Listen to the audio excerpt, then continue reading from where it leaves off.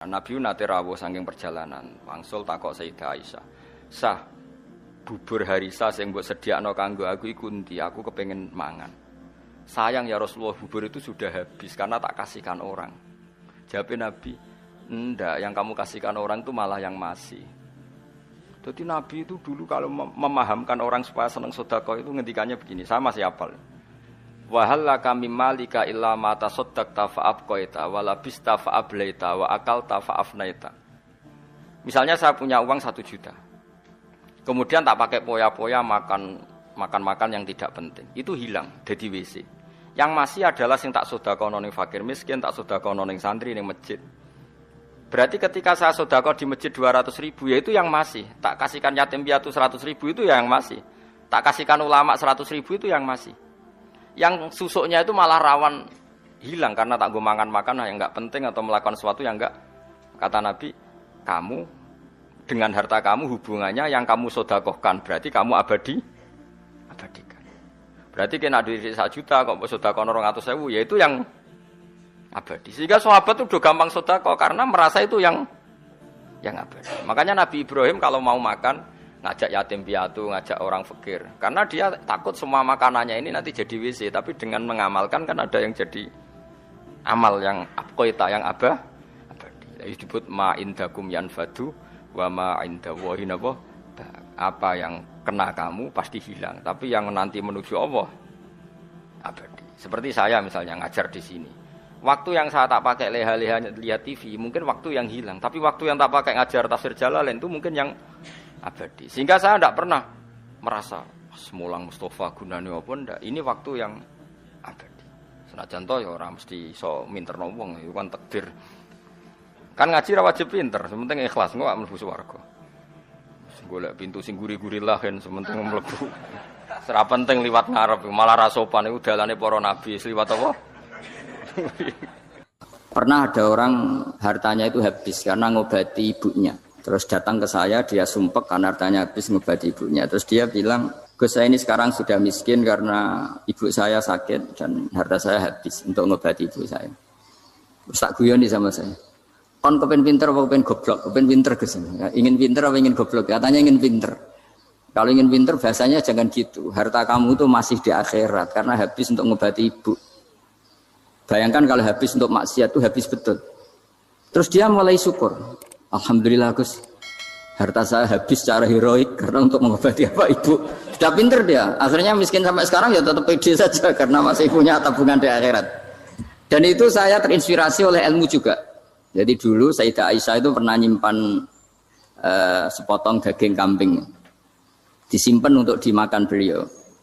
Karena beliau mau iftar ya, mau buka atau apa. Singkat cerita, karena bawaan keluarga Nabi itu sakhok, ada orang minta dikasihkan. Suatu saat akhirnya kan habis, terus Nabi tanya, yang daging tadi di mana? Habis. Terus Nabi cara menjelaskan itu indah sekali. Harta kamu itu baju yang kamu pakai nanti ya rusak, yang kamu makan nanti ya ke WC. Wa tasaddaqta fa abqaita. Memang di semua riwayat itu pakai dhamir mukhatab mudzakkar, meskipun asal usul riwayat itu untuk Sayyidah Aisyah karena untuk umum. Yang kamu sedekahkan tuh yang masih. Kamu jangan bilang kamu sedekahkan tuh yang habis. Yang kamu sedekahkan tuh yang masih. Misalnya saya punya uang 1 miliar misalnya. Terus pernah tak sedekahkan ke fakir miskin atau ke kiai atau ke pondok 1 juta. Itu yang mesti masih. Karena kadung di luar kekuasaan kita. Kadung lillahi ta'ala. Justru yang masih itu yang potensi nanti untuk hal-hal yang kurang positif. Semenjak itu orang sedekah itu begitu entengnya. Karena itu yang masih. Ya tapi tentu sarannya yang tepat ya. Saya sekarang sering kampanye sedekah tepat. Karena misalnya sering saya itu didatangi orang kaya. Sudah dapat gratisan gerutu. Gerutu itu gerembeng. Nah ini kita sudah pakai buminya Allah itu gratis. Pakai airnya ya gratis. Pakai oksigen ya gratis. Kok masih gerutu itu sudah jadi hamba yang enggak benar itu. Dibayangkan kalau kita pakai oksigen bayar, pakai buminya bayar, pakai airnya bayar semua. Kayaknya kita tidak mampu membayar ya. Dan kita sama Allah hanya disuruh ikrar, disuruh sujud. Pentingnya ilmu satu bahwa itu akan menjadikan satu perilaku. Misalnya begini ya, dulu itu kiai-kiai Jawa zaman dulu itu berpatokan karena dulu pemerintahan Hindia Belanda, seorang lagi masih pemerintahan Hindia Belanda. Itu dalil yang sering diutarakan itu sebaik-baiknya umara itu yang datang ke ulama, terus sejelek-jeleknya ulama itu yang datang ke umara. Tapi semenjak pemerintahan Indonesia dan kemudian ditandai beberapa tokoh kayak Gus Wahid putra Kiai Hasyim jadi Menteri Agama, ada Gus Wahid putra Kiai Wahab juga jadi Menteri Agama, ada Kiai Fathur Rahman keluarga Mbah Maimun, keluarga Sarang juga pernah jadi Menteri Agama. Kemudian bersamaan dengan itu dibangunlah satu pegangan ilmu. Pegangan ilmu ini penting karena ini yang mengilhami semua orang Islam, terutama ya utamanya ulamanya. Ada seorang ustadz, seorang guru ngaji yang karena melihat rata-rata penguasa itu zalim ya, datang ke Harun Ar-Rasyid. Ini perlu disemak, datang ke Khalifatullah atau Amirul Mukminin Harun Ar-Rasyid. Karena beliau seorang raja tentu terduga lah atau ya umumnya atau gimana lah istilahnya itu ya rata-rata ya agak seenaknya namanya raja, namanya penguasa. Ini dalam pikiran ustadz itu tidak mesti dalam fakta. Kemudian si ustadz itu matur, ya Amirul Mukminin inni nasihun lak famusyaddidun alaika fala tajidanna fi nafsika syai'an. Saya ini mau nasihati Anda, kemudian saya cara nasihati itu keras. Tolong jangan dimasukkan hati. Dia bilang famusyaddidun alaika. Saya nanti kalau nasihati itu keras sekali. Tolong dimaklumi, karena ini penting, karena Anda harus dinasihati secara keras. Tapi sebelum nasihat itu diutarakan, kata Harun Ar-Rasyid, karena beliau Bani Abbas dan beliau orang alim, termasuk muridnya Imam Malik. Kata Harun Ar-Rasyid, uskut, kamu diam Ustaz. Inna Allaha ta'ala arsala man huwa khairun minka ila man huwa syarrun minni. Wa ma'adhalika yaqulu Allahu ta'ala faqula lahu qawlan layyinal la'allahu yatadzakkaru aw yakhsha. Jadi ini sekaligus etika dan norma ya bagi semua dai di Indonesia dan semua kita. Wahai Ustadz kamu diam. Allah Ta'ala itu ngutus orang yang lebih baik ketimbang kamu, yaitu Nabi Musa, ke orang yang lebih jelek ketimbang saya, yaitu ke Fir'aun. Itu saja harus pakai etika faqula lahu qawlan layyinan. Kamu harus ngomong yang halus. Jadi intinya ini Harun Ar-Rasyid komplain. Kamu itu kalau jadi Ustadz ngaji kira-kira gitu. Jadi betapa baiknya orang dulu memahami Quran. Jadi Quran itu dibaca, kemudian kita mungkin baca terus jadi cerita, mungkin ada yang baca jadi perilaku, ada yang baca kemudian itu mengilhami, membentuk. Nah kira-kira itulah yang membentuk kiai-kiai alim di NU, di beberapa pesantren maupun orang-orang alim di luar NU. Asal ngajinya dan bacanya seperti kita, pasti seperti itu. Karena cara berpikir tadi. Sudah, jadi akhirnya si Ustadz tadi keluar dan minta maaf, anta a'lamu minni, ternyata engkau lebih alim ketimbang saya.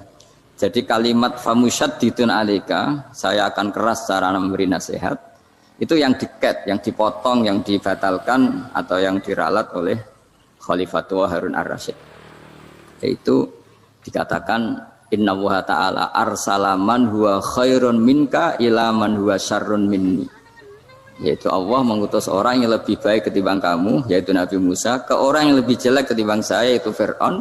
Itu pun harus faqula lahu qawlal layyinan. Cara berdakwah harus dengan kata-kata yang halus, yang lembut, yang indah. Dan dengan kata-kata itu diharapkan la'allahu yatadzakkaru aw yakhsha. Semoga yang didakwai menjadi ingat. Sehingga dengan kemampuan ilmiah seperti ini menjadi pegangan bersama bahwa kita sebagai dai atau sebagai tetangga atau sebagai sama-sama warga Indonesia, bawaan kita memang harus faqula lahu qawlan layyinan la'allahu yatadzakkaru aw yakhsha. Kemudian dalam disiplin ilmu yang lain, halus itu tidak kuat. Angin itu ya halus, tapi kalau di manage itu jadi kekuatan yang dahsyat. Begitu juga air dan sebagainya. Sehingga tidak perlu khawatir terus kalau dakwah halus itu tidak punya efek yang signifikan. Tidak juga. Allah Ta'ala itu pengelola angin. Angin itu kekuatannya dahsyat. Sehingga Nabi Sulaiman dikasih kekuatan angin dan bisa terbang kemana-mana. Kemudian sekarang jadi teknologi yang banyak memanfaatkan angin. Mulai rem, mulai apa saja. Sehingga dari cerita saya ini kemudian terus kiai-kiai itu membentuk dakwah termasuk di ekonomi dengan cara yang rileks. Nah cara rileks itu satu tentu dimulai dengan ilmu. Misalnya begini, saya beri contoh. Ketika ada orang melafadzkan kalimat la ilaha illallah, tiada Tuhan selain Allah. Kemudian kalimat ini mungkin kalau orang NU baca itu rutin ya, karena kiainya kelamaan ya yang ikut sambil tidur. Ya. Kalau tahlil itu disebut kiai tertentu itu mesti yang belakang wah suwi itu kalau kiai itu lama itu. Nah kiainya juga karena jadi lakon ya kan lebih semangat karena pegang mic. Biasanya gitu di NU itu. Kalau khotib mesti semangat karena yang pegang mic, yang dengerin mesti ngantuk karena monoton gitu. Karena yang mendengerin sudah tahu pasti nyuruh baik meninggalkan yang jelek. Jadi ilmunya sudah disimpulkan dulu. Setiap yang tidur di masjid mesti tak tanya kenapa tidur. Ilmunya tidak ada perkembangan, Gus, nyuruh yang baik meninggalkan yang jelek. Tapi kalau ilmunya agak ada perubahan kan dengar semua pasti nyuruh yang jelek meninggalkan yang baik. Karena watak manusia itu agak-agak suka fitnah, itu suka geger. Tapi kalau monoton itu mesti enggak itu. Tapi yang menjadi pegangan kita, saya ulang lagi, itu ilmu dulu. Saya ulang lagi itu ilmu dulu. Saya berkali-kali menyontohkan, kalau ada orang kafir, orang yang tidak bersyahadat 70 tahun, kemudian dia bersyahadat sekali saja di akhir hayatnya. Itu kata Allah, qulil ladzina kafaru iyantahu yughfar lahum ma qad salaf. Katakan ke mereka yang kafir, jika dia mau bersyahadat, itu masa lalunya diampuni semua. Sehingga kedahsyatan kalimat ini luar biasa. Orang yang kafir 70 tahun saja barokahnya la ilaha illallah ini dosanya bisa diampuni semua.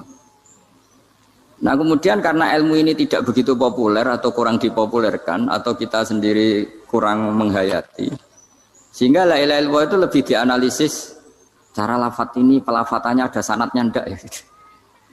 Terus cara melafatkan bareng-bareng seperti itu ada tumpengan ini bid'ah enggak ya. Jadi pertanyaannya sudah tidak tentang keramatnya atau sakralnya atau fadilahnya la ilaha illallah, tapi sudah macam-macam. Jadi dan cara seperti ini ada hadisnya enggak, legal enggak, terus ada sanadnya enggak. Jadi saya mohon semohon-mohonnya untuk teman-teman yang di Al-Iman itu harus ngaji ya. Ngaji itu nanti kamu tahu cara mandang sebuah ibadah atau perilaku atau apa sajalah tahu. Karena al-ilmu yurisul ahwal, ilmu itu bisa mengilhami cara pandang. Dulu yaitu saya ulang lagi, ketika zaman Hindia Belanda, karena pemerintahnya Hindia Belanda itu ulama-ulama keras sekali, sejelek-jeleknya ulama itu yang datang ke Umaro. Tapi setelah era Mbah Hashim, era sampai Mbah Maimun, itu mereka peduli sama Umaro, sama semuanya sama-sama warga Indonesia yang ingin melihat Indonesia yang lebih baik. Sehingga banyak ya kakak saya sendiri pernah wakil bupati, terus putra Mbah Maimun wakil gubernur. Ini teman saya Ki Hafid ya bupati. Semenjak itu terus dan itu nggak lepas dari cara pandang. Ya itu cara pandang diantaranya adalah cerita tentang Nabi Musa yang Allah tetap peduli sama Fir'aun. Sehingga tetap didakwai Nabi siapa? Musa. Dan posisi Musa datang bukan memanggil. Ya, cuma kayak sampai sekarang tuh belum pernah ke kantor bupatinya Pak Hafid. Karena kadang-kadang orang terus curiga mengajukan proposal jadi agak repot. Ketemu bupati itu sialnya kiai kan mesti pikirannya orang bupati ini nyangoni, kiai ini disangoni itu. Itu terus kayak kita fakir miskin itu. Jadi makanya saya tuh belum pernah datang. Tapi alhamdulillah karena beliau berambisi menjadi wa khairul umara mayatuna babal ulama. Jadi datang tapi sangat ambisius ingin mengalahkan ulama karena dia kalau datang statusnya lebih tinggi. Ya tidak apa-apa ini tawaduk tapi niatnya agak begitu tawaduk. Jadi saya sering ke Jakarta tapi ya tadi jarang ya. Biasanya nganggarkan waktu hanya pas saja, tidak kurang tidak lebih. Biasanya ngajar di pondoknya Pak Kures itu di Baitul Quran ya. Hanya ngajar santri-santri. Nah, jadi pemahaman Quran dulu itu kata Imam Ghazali itu membaca Quran itu membaca, bukan bercerita. Kalau kamu membaca seperti ini, kunta qori'an, kamu pembaca. Pembaca itu yang mengambil pelajaran. Tapi kalau kamu hanya cerita, itu namanya kunta hakian. Sebenarnya Anda tidak membaca Quran, tukang cerita. Misalnya tadi, cerita Nabi Musa datang ke Fir'aun. Itu kalau kamu hanya cerita, wah dulu itu ada orang namanya Fir'aun, didakwai Nabi yang namanya Musa. Ya itu namanya tukang cerita. Kalau kamu pembaca tidak gitu. Betapa baiknya Allah. Orang sengawur Fir'aun saja inginnya Allah masih ingin diselamatkan dengan mengutus Nabi Musa kekasihnya. Itu namanya kunta qori'an. Kamu pembaca betul, bukan kunta hakian. Kamu tukang cerita. Begitu juga seterusnya tentang Quran ayat-ayat seterusnya. Sehingga yang diharapkan dari pembacaan Quran itu memang kita sebagai ahli baca, ahli mu'tabir ya, ahli yang ngambil pelajaran, bukan tukang apa? Cerita. Sehingga dulu ketika Sayyidina Umar radhiyallahu anhu ketika membuka Baitul Maqdis atau Baitul Muqaddas dan diajak syukuran, pesta-pesta makan itu. Beliau enggak mau. Ketika ditanya kenapa engkau enggak mau? Alasannya itu langsung beliau baca Quran. Jadi saya punya sekian contoh. Saya ulang lagi, saya punya sekian contoh. Orang-orang dulu dengan Quran itu menyatu, bukan sekedar dihafal tapi menyatu. Sehingga bawaannya itu sudah Qurani, sudah Qurani. Saya beri contoh pertama Rasulullah SAW, nanti Umar kedua. Rasulullah itu pernah nggak makan sampai 3 hari. Terus ditanya oleh sahabat, lalu kekuatan engkau bisa hidup apa? Terus menghentikan al-aswadani, maksudnya itu tamar dan air, hanya makan kurma dan air. Tapi beliau tidak ketemu roti atau nggak ketemu nasi lah kalau orang Indonesia. Ketika hari ketiga dikasih makan oleh sahabat, dipotongkan kambing, kemudian baru makan 3 lukmah, kira-kira ya 3 asupan nasi, berhenti. Padahal sahabat yang lapar sama dengan Rasulullah itu membayangkan Nabi itu sampai kenyang, sampai apa. Tapi ketika ditanya, seperti ini pun nanti ada hisabnya. Walatus alunna yauma idzin anin naim. Jadi acara makan-makan gini itu nanti ada hisabnya. Nabi nangis. Akhirnya sahabat nggak jadi nerusin makan. Jadi ketakutan orang dulu sama ketika Sayyidina Umar dijak pesta ketika memenangkan Baitul Maqdis itu. Inna wa ta'ala ayyara qauman. Allah itu mengkritik sebuah komunitas kaum karena apa? Adhabtum thayyibatikum fi hayatikum dunya wastamta'tum biha. Kamu adalah orang-orang yang jatah nikmat kamu sudah kamu habiskan di dunia. Adhabtum itu kalian habiskan jatah kenikmatan kamu di dunia. Wastamta'tum biha, kamu di dunia sudah berpuas-puas. Maka jatah Anda sekarang di akhirat habis. Sehingga Sayyidina Umar enggak mau pesta-pesta karena takut jatah nikmatnya habis. Kata beliau terus astabqi thayyibati, akan saya sisakan sisi-sisi kebaikan saya supaya enggak habis. Corong Jawa itu aja dientek-entekno biar jatahnya masih. Sehingga di dunia kiai itu ya meskipun saya akrab bupati, akrab mungkin wakil gubernur, saya itu ya jarang ketemu. Karena kalau orang Jawa bawaannya ketemu ya makan-makan, guyon-guyon. Aku nak keterusan ras di mlebu swarga.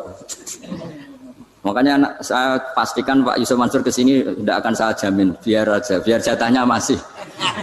Jadi ini bukan karena saya bakhil, biar jatahnya masih. Mendit menyelamatkan. Ya, jadi itu ilmunya kiai. Nah, efek dari ilmu ini dasar. Kalau Anda berpikir tentang nasib Anda di akhirat, nanti bawaannya juga tidak akan mudah menyalahkan orang lain, tidak akan menghakimi orang lain karena sibuk dengan dirinya sendiri, tapi tidak dengan makna egois, tapi makna orang baik itu siapa? Orang yang sibuk dengan aib pada dirinya, dengan kekurangan pada dirinya, saking sibuknya mikir aibnya sendiri, tidak sempat mengoreksi aibnya orang lain. Itu awal ilmu. Ilmu itu tidak dimulai dari larangan. Kalau larangan karuan, tidak termasuk ahli surga, orang yang suka mengadu domba, tidak termasuk orang baik yang cari kesalahan orang lain. Itu namanya pelarangan. Tapi ilmu itu di atas nahi, di atas pelarangan itu. Kamu punya kesadaran bahwa kamu itu yang penting selamat dulu, jangan memikirkan orang lain. Dengan makna bukan egois, tapi dengan makna supaya tidak menyalahkan apa? Orang lain. Nah, saya termasuk ya boleh dikatakan kiai lah, yang paling fanatik bahwa semuanya itu harus dimulai dari ilmu. Ya saya ulang lagi, dimulai dari ilmu.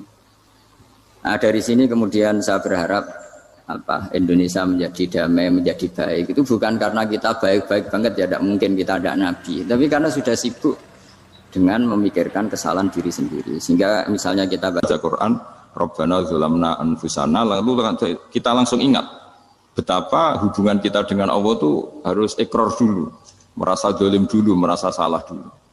Nah kalau semua orang merasa salah di depan Allah itu mesti bawaannya agak mudah menyalahkan orang lain karena kita bilang Rabbana dzalamna anfusana. Nah itulah ilmu-ilmu yang mungkin banyak pembaca Quran tapi hanya baca, atau kalau baca ini tok disebut al-haqi, ahli cerita. Yang dibutuhkan tuh al-qari, pembaca kemudian mu'tabir, kemudian mau beriktibar. Seperti yang dilakukan tadi Harun ar-Rasyid tadi.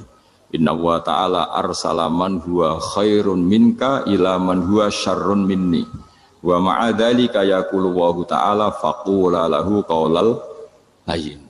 Ya, kamu tidak usah memaksakan musyaddid keras sama saya karena Allah Ta'ala telah mengutus orang lebih baik ketimbang kamu yaitu Nabi Musa ke orang yang lebih jelek ketimbang saya yaitu Fir'aun. Itu saja harus beretika faqula lahu qaulal layyinan la'allahu yatadzakkaru aw yakhsha.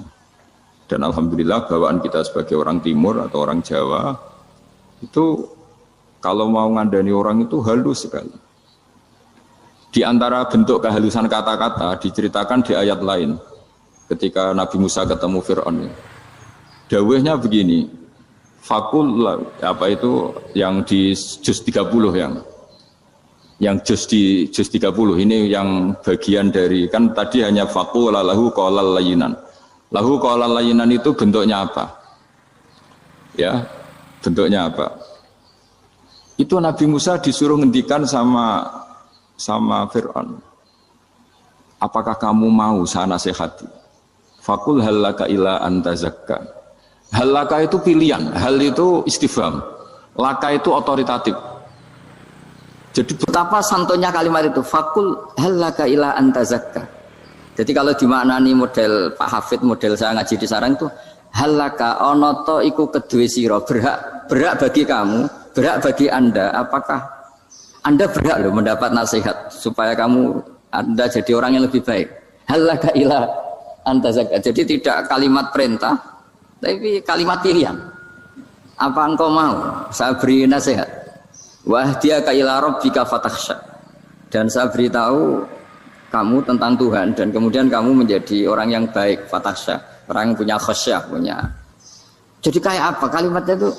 Napa jenengan kersa? Itu kalau orang Jogja, orang-orang daerah-daerah yang berada nyugui tamu itu kan, ayo makan-makan. Itu kan kayak tamunya itu kelaparan. Masa Pak Yusuf Mansur kelaparan? Tidak mungkin kan. Masa Ustaz terkenal kelaparan kan tidak mungkin itu. Monggo, nopo jenengan ngersakno. Karena bisa saja tamunya itu tidak kerso. Mungkin karena darah tinggi, mungkin karena takut dianggap fakir miskin. Macam-macam kan orang tidak. Itu kalimatnya itu halaka ila anta zakka. Kayak apa indahnya dakwah. Halaka ila anta zakka. Itu ada kata laka itu ya terserah jenengan mau enggak. Wa ahdiyaka ila rabbika fatakhsha. Nah, itu yang disebut membaca. Kunta qari'an la hakian. Anda benar-benar membaca Quran bukan sekadar penceri. Nah, kemudian ini yang terakhir saya juga baru sebenarnya saya itu enggak pernah bilang sanggup itu, tapi Pak Ustadz Zakaria itu GR terus. Sampai tadi pagi itu saya belum tahu kalau ada acara ini. Ya karena saya kiai, jadi kalau kiai itu kan ingatnya sama Allah saja. Kalau sama manusia itu rontok-rontok lali gitu. Itu bukan memaksa, ya memang lupa. Sejauh mana sih pentingnya manusia kan tidak penting cara ilmu tasawuf itu. Tapi karena ini titipan Rasulullah SAW terus menjadi penting kan. Dititipi umat kayak jenengan itu yang sudah ngaji ngatur kiai ribet itu. Kiai ini biasa ngaji kan, kiainya yang ngatur santri ini enggak.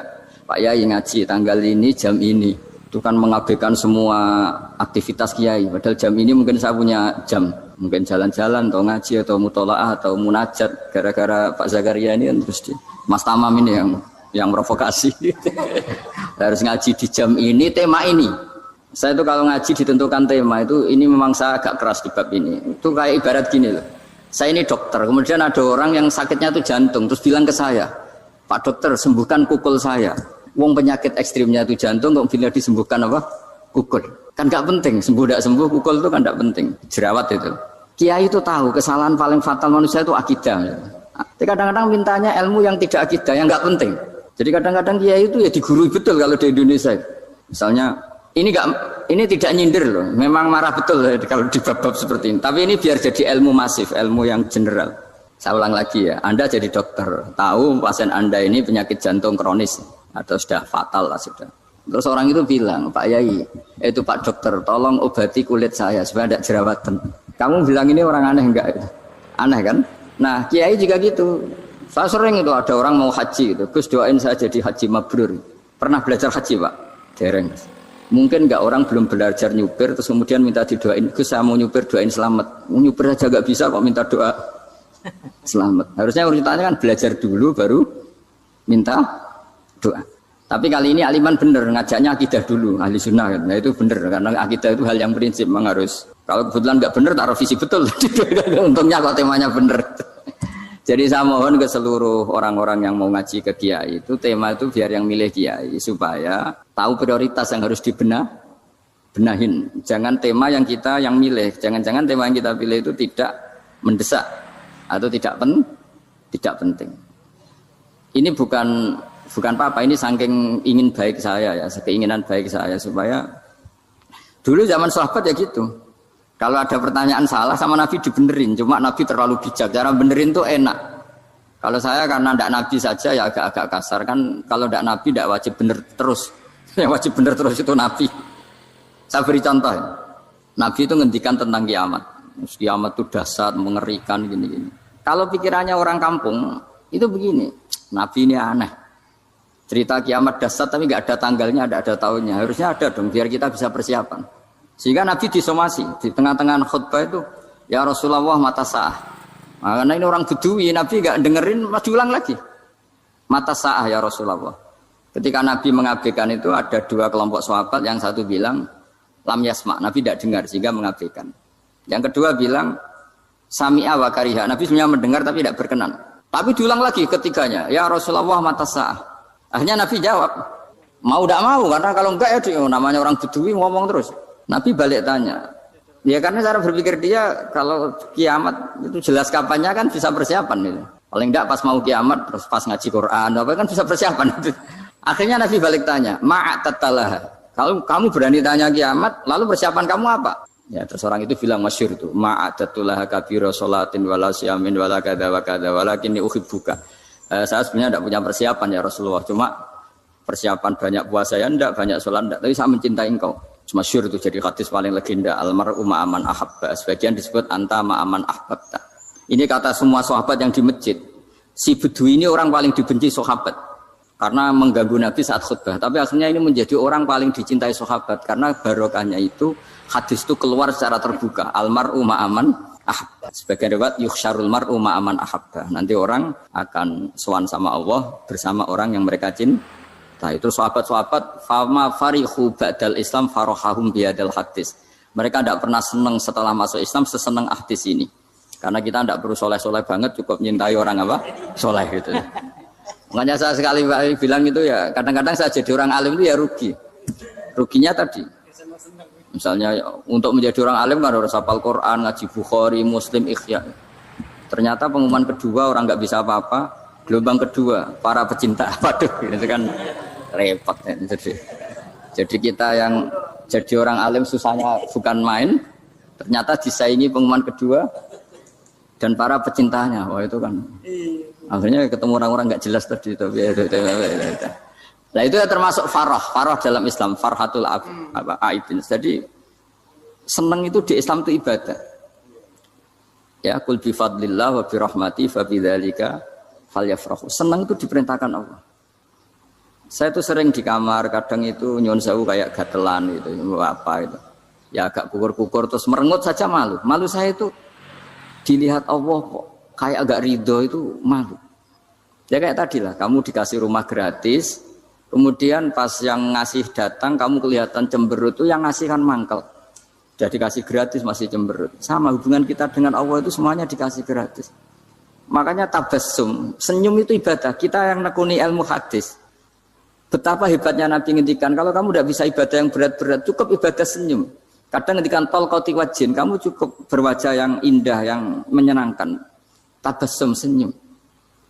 Kalau kamu tidak bisa membalas jasanya orang yang ngasih, minimal kamu senyum, minimal kamu kelihatan senang. Gitu.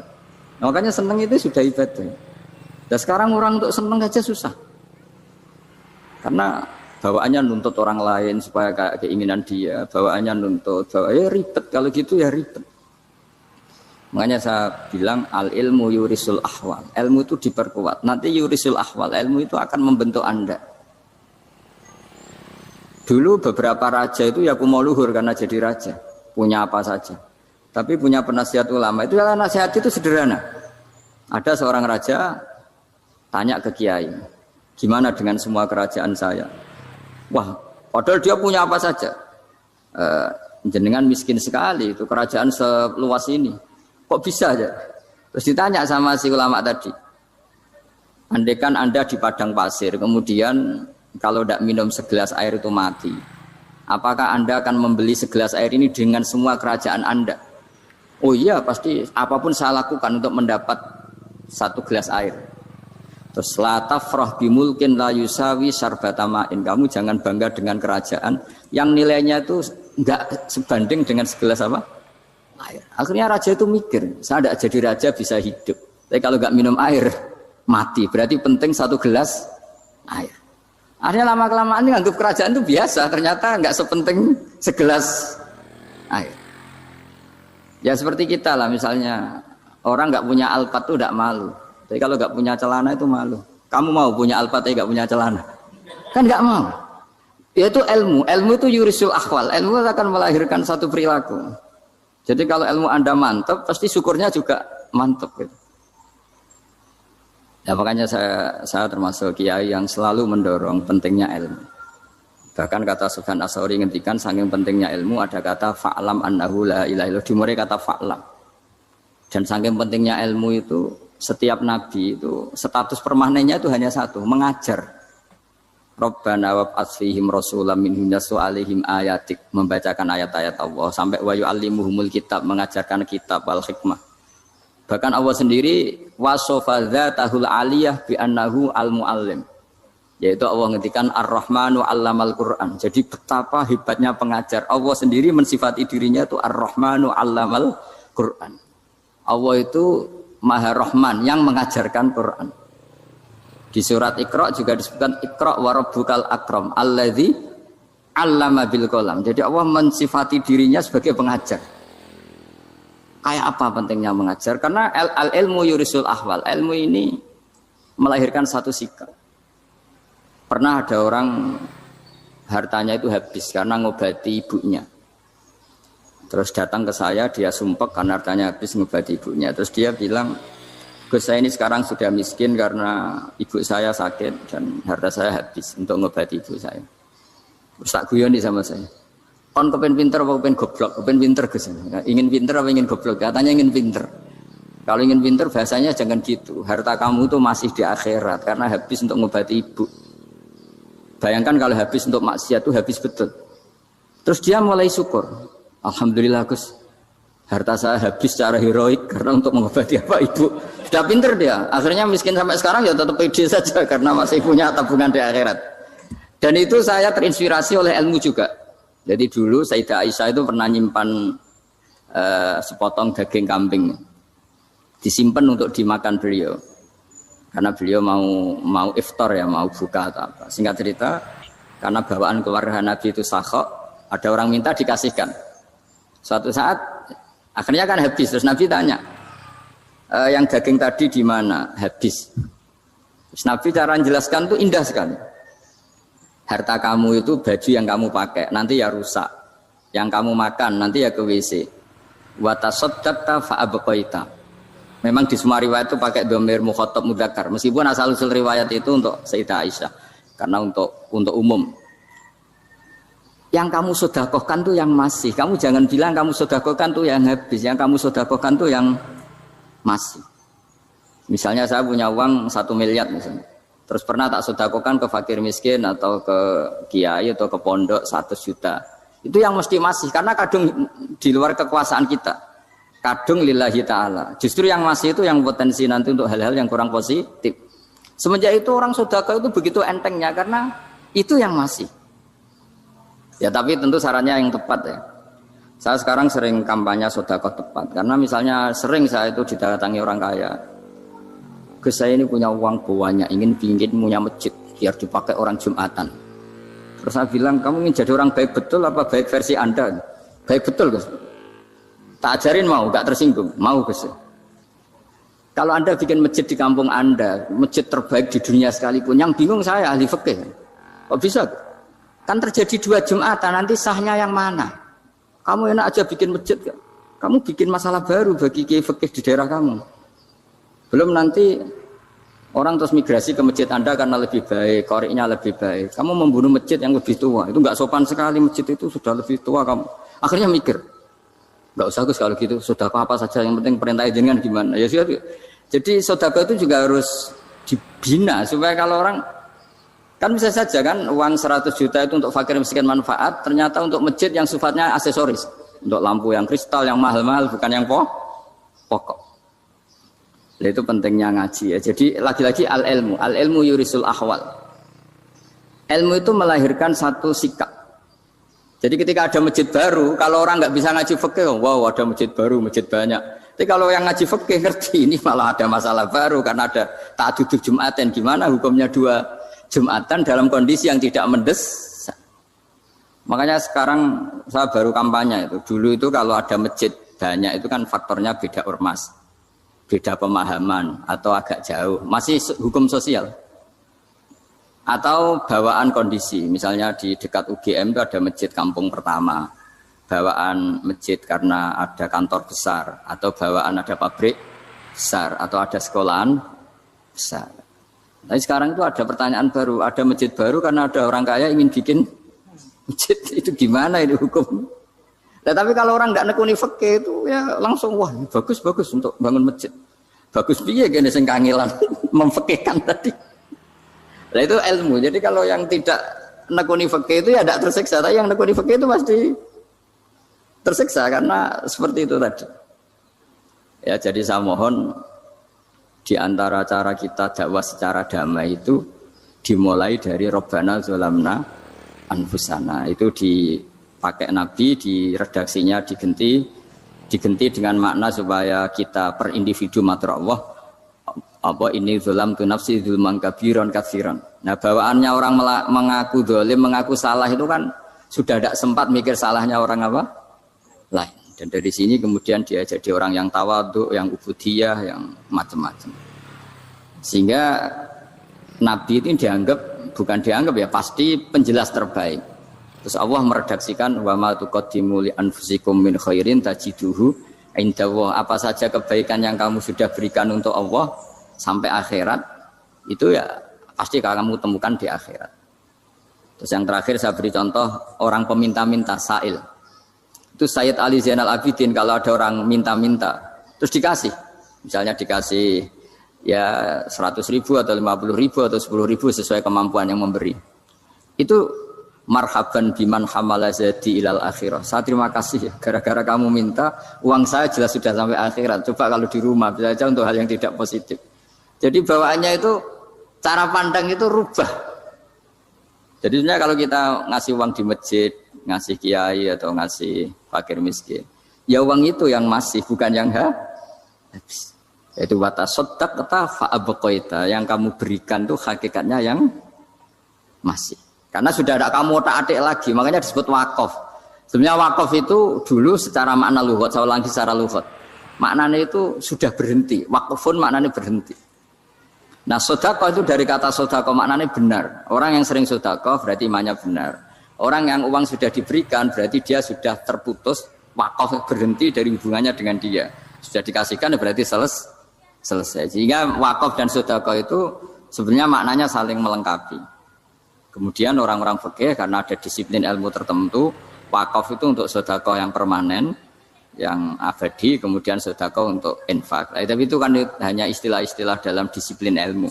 Sebetulnya kalau pakai ilmu yang umum, sedekah ya bisa disebut wakaf, wakaf ya bisa disebut apa? Sedekah. Karena maknanya sedekah itu wakaf. Wakaf itu apa?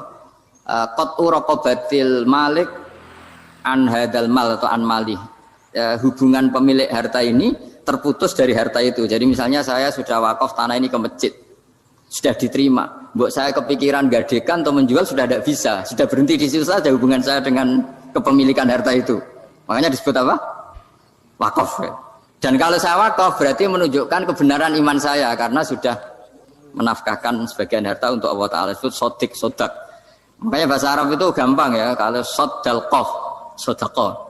Orang kalau bayar mahar disebut sodak karena menunjukkan cintanya. Teman yang setia disebut sodik karena ya benar dalam berteman. Abu Bakar disebut as-siddiq karena sangat membenarkan kanjeng Nabi dan seterusnya dan seterusnya. Jadi begini ya, kalau dalam fikih Islam, misalnya ini ada di beberapa literatur fikih, di semua fikih, baik mazhab Syafi'i, Hanafi, Hambali, di semua kitab fikih. Misalnya ada orang mau masuk Islam, terus konsultasi sama ustadz atau sama kiai, Pak saya mau masuk Islam, kamu nggak boleh ngambil sikap monggo ngeteh dulu, itu tidak boleh. Atau apalagi jajak ngobrol dulu, karena 5 menit kita mempersilahkan ngopi dulu itu artinya dianggap kita membiarkan dia dalam keadaan kafir 5 menit dan kita dianggap ikut tanggung jawab. Sehingga di bab, ada ulama yang ngebabkan itu sampai di bab murtad. Termasuk murtad adalah orang yang dimintai mensyahadatkan non muslim kemudian disuruh ngopi dulu atau ngeteh, karena dianggap pembiaran sekian menit masih berstatus kafir. Jadi ibaratnya gini ya, kalau kita mungkin baru bapak-bapak baru pakai celana pendek terus ada orang kecelakaan di jalan, saya tak pakai baju dulu nanti baru kamu saya selamatkan ya. Itu kan naif. Kalau begitu saja naif, apalagi orang yang kafir kemudian pas mau minta disyahadatkan kita bilang monggo mandi-mandi dulu, ngeteh-ngeteh dulu. Berarti ada pembiaran sekian menit, dia masih berstatus. Artinya begini, kalau dia saat itu kok dimatikan oleh Israel berarti mati dalam status kafir. Dan kita ikut tanggung jawab karena harusnya bisa Islam andai kan kita mensyahadatkan saat itu juga. Jadi itu bab-bab yang dianggap ekstrim dalam kutubil fikih, bab-bab fikih. Makanya dalam kitab fikih, saya berkali-kali ada non muslim mau bersyahadat ke saya, itu saya bilang ke santri-santri saya, saat itu juga harus kamu ajarin meskipun pakai bahasa Indonesia. Yang penting status kafirnya apa? Zina. Baru setelah itu ada hukum sosial ya, mungkin kita nawarin teh atau kopi atau apa. Makanya di sini dibabkan bab seseorang harus tergesa-gesa atau bercepat-cepat atau ngambil sikap bergegas untuk melakukan kebaikan. Terus ayat kedua yang dipakai Sayyidina bin Abi Salam itu begini. Ketika Allah mensifati orang munafik, status orang munafik itu apa? Wa idza qamu ila sholati qamu kusala. Mereka kalau dipanggil untuk sholat, dia berangkat tapi itu salah cara malas-malasan. Sehingga untuk menunjukkan kita loyal sama Allah itu ya paling tidak ada sikap di atas rata-rata ya. Makanya ada sa'i ya, lari-lari kecil, tawaf juga disunatkan ada lari-lari kecil, disebut ar-romal itu lari-lari kecil untuk menunjukkan bahwa kita loyal sama Allah itu tidak sak kobre cara Jawa.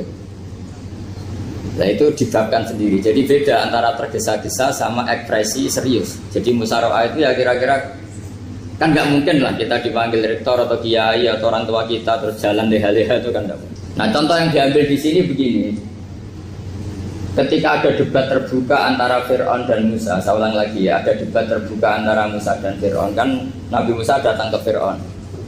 Lalu kata Fir'aun, ini asal-usul ayat ini saya terangkan sejarahnya. Kata Fir'aun, lalu kalau kamu tidak nuhankan saya, Tuhan kamu siapa? Terus kata Musa, Rabbus samawati wal ardi, yang nuhani langit dan Fir'aun masih berkelit. Kalau Tuhan di bumi, setahu saya kemana-mana yang dituhankan saya, kata Fir'aun. Ma'alim tulakum min ilahin ghairi. Terus Nabi Musa masih ngendikan, ya sudah Tuhan yang nuhani langit. Terus Fir'aun manggil Haman itu arsitekturnya Fir'aun. Ya Haman ibnili sorhal ali abduhul asbab samawati fa'atoliya ila ilahi Musa. Haman bangunkan kami piramida yang tinggi. Saya ingin melihat Tuhannya Musa. Musa akhirnya mikir, karena kalaupun Fir'aun bisa naik ke langit tetap tidak bisa melihat Tuhan. Kita tahu Tuhan nggak bisa dilihat. Kita yang mukmin aja tidak lihat, apalagi Fir'aun rivalnya. Akhirnya Musa ganti argumentasi, yaitu argumentasinya Musa, Rabbukum wa Rabbu abaikumul awwalin. Ini perlu diingat dan perlu saya sampaikan. Yang nuhani kamu dan yang menuhani leluhur kamu itu sangat memukul Fir'aun. Karena logikanya kalau Fir'aun itu Tuhan berarti babanya dulu tanpa Tuhan. Ini ada Tuhan terlambat. Jadi kalau Fir'aun Tuhan berarti mbahnya tanpa Tuhan, karena zaman era mbahnya belum ada Tuhan. Karena perdebatan itu banyak punggawa Fir'aun yang mukmin. Wah, ini Fir'aun nggak bener ini. Kalau dia Tuhan berarti babanya tanpa Tuhan. Karena kalau iman itu akan diadili, akan dieksekusi, maka orang ini berstatus rajulun mu'minum min ali fir'auna yaktum imanah. Maka di Quran diterangkan wa qala rajulun mu'minum min ali fir'auna yaktumu imanah. Ada seseorang yang iman tapi menyembunyikan iman. Lah orang ini selalu ikut rapat di rapat-rapat penting Fir'aun, termasuk rapat ketika Fir'aun dan para tentaranya memutuskan membunuh Musa. Karena dia ikut rapat dan eksekutornya besok disuruh nangkap Musa, orang ini malam itu juga nemuin Musa terus bilang innal mal ayat tabiru nabikal yaqtulu ka Musa. Rapat tadi malam memutuskan kamu besok dibunuh, maka kamu harus bergegas meninggalkan Mesir.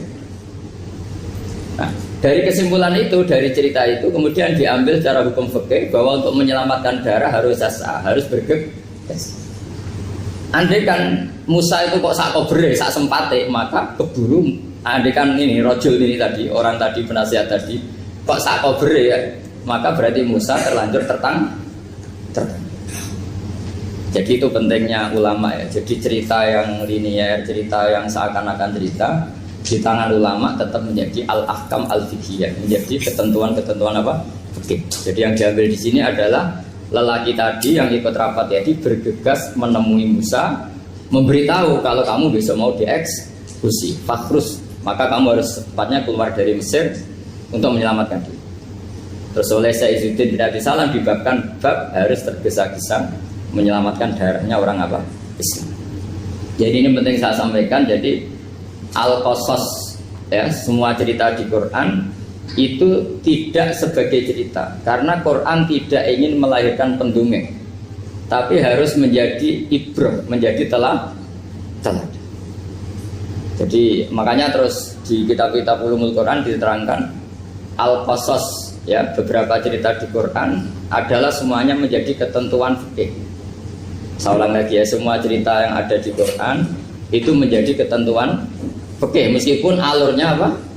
Cerita. Kayak tadi kan alurnya cerita bahwa lelaki ini bergegas nemui Musa supaya Musa cepat keluar dari Mesir. Terus dibabkan babul musaroah ilan musifid. Saya teruskan. Wa kama la ra'ayna ma yaqtulu musliman law taqtu'u alaihi laqata lahu fal musaroah ila takrisihi min wajibatun. Idlaisal unatu mahmudatan fi kulli syai'in falaha mawatin tuhmatu fiha wa mawatin tudamu fiha wa kadzalika al-musara'a wal lain wal dhulta wa ghairuhuma. Terus cara berpikir ulama, saya pernah baca dalam satu sejarah ulama besar namanya Sufyan Ats-Tsauri. Sufyan Ats-Tsauri itu menjadi wali itu gara-gara kalau sholat di masjid itu beliau datang sebelum azan. Saya ulang lagi, beliau datang sebelum azan. Ditanya, kenapa kalau kamu datang sebelum azan? Saya ini gak ingin jadi hamba yang buruk. Hamba yang buruk atau pembantu yang buruk adalah setempe nunggu dipanggil. Misalnya kita tahu majikan kita pasti manggil jam 7. Kemudian jam 7 itu Anda masih ngopi, masih tata-tata, itu kan tidak menghormati majikan. Harusnya kamu setempe di jam yang saat itu pasti majikan Anda memanggil. Kata beliau, saya tidak ingin seperti pembantu yang buruk, datang nunggu apa? Dipanggil. Jadi itu ada beberapa spirit ya, atau inspirasi dari aturan-aturan mahabbah. Sebab itu ketika Allah kritik orang munafik, wa idza qamu ila sholati qamu kusala, ketika dipanggil sholat mereka datang bermalas-malasan. Karena tidak ada cintanya sama Allah, maka datang berlambat-lambat. Nah, berarti kalau ekspresi cinta mengharuskan kita datang bercepat. Makanya dalam istilah lain di Quran ini termasuk balaghatul Quran. Di juz 25 itu istilah menuju Allah itu fafirru ilallah. Kita tahu firar itu maknanya lari apa jalan biasa? Lari. Jadi untuk mengekspresikan mahabbah kita, kangen kita pada Allah, Cara bahasa Arab, isak kita, berontak kita sama Allah tidak diistilahkan jalan tapi fafirru ilallah, harus bergegas bergerak. Begitu seterusnya. Maka kalau ada orang Islam, terus ini konsekuensi hukum. Ada non muslim minta, Pak Bah, saya tolong ajarkan syahadat. Nggak boleh saya bilang gini, monggo ke dalam dulu. Padahal perjalanan ke rumah saya misalnya setengah jam, nggak boleh. Saat itu meskipun sambil berdiri-diri harus kita tauhidkan. Kamu yakinnya Allah itu satu, Tuhan Allah. Harus. Karena kalau ada perjalanan ke rumah 5 menit terus dia kecelakaan, belum syahadat, statusnya mati apa? Kafir. Dan kita ikut terlibat karena sebetulnya bisa mengislamkan saat itu juga. Analoginya kayak tadi lah. Orang kecelakaan di jalan karena kita pakai celana pendek. Contoh Syria nih, saya tak pakai baju dulu. Habis itu dilides truk. Itu kan kita ikut salah karena kita yang punya kesempatan. Tentu yang disalahkan yang punya kesempatan. Karena merubah status dari potensi kelides truk menjadi sama sekali gak potensi kelides truk dengan kita inggirkan. Meskipun kita dalam keadaan tidak ideal. Sama. Orang kafir yang mau masuk Islam itu umumnya kiai-kiai kan kadang sebagian disuruh mandi dulu, itu salah sebetulnya. Itu salah sekali. Sangat salah. Apalagi nunggu seremonial di masjid, nunggal toko-toko itu bujutnya salah. Itu gak cuma salah, bujutnya salah. Jadi salah yang akut. Itu salah besar. Kalau seremonial monggo, tapi kalau mengislamkannya harus saat itu. Apalagi seremonial seminggu lagi nunggu tokoh terkenal, nunggu di syuting dulu, wah itu perilaku show, itu bukan mengislamkan itu. Makanya kita yang sebagai peneliti fikih itu kadang itu enggak srek gitu. Masa mau Islam nunggu di masjid dulu, di syuting dan tokoh-tokoh, itu salah. Itu sama biar kamu lihat orang kecelakaan mau menyelamatkan, ini ada wartawan enggak ya? Minta di syuting dulu, sedang mati ini. Jadi kita normal saja dalam Islam, sesuatu yang mendesak, yang emergensi ya perlakuannya harus cepat. Sehingga dibabkan faslun fil musarohah ila nusifid fitina. Jadi ada beberapa contoh di Quran memang aturannya seperti itu. Makanya semua redaksi Quran tentang menuju Allah diredakseno fafirru ilallah. Makanya di tawaf ada ekspresi romal, jalan agak cepat. Di sa'i juga ada momen-momen kita harus romal, berjalan cepat. Di beberapa aturan juga seperti itu. Ya saya ulang lagi, di beberapa aturan Islam juga seperti itu. Nah sekarang efek di hukum haji. Saya banyak baca literatur haji. Haji dalam aturan Islam itu wujuban tarofian, wajib yang tidak langsung mendesak.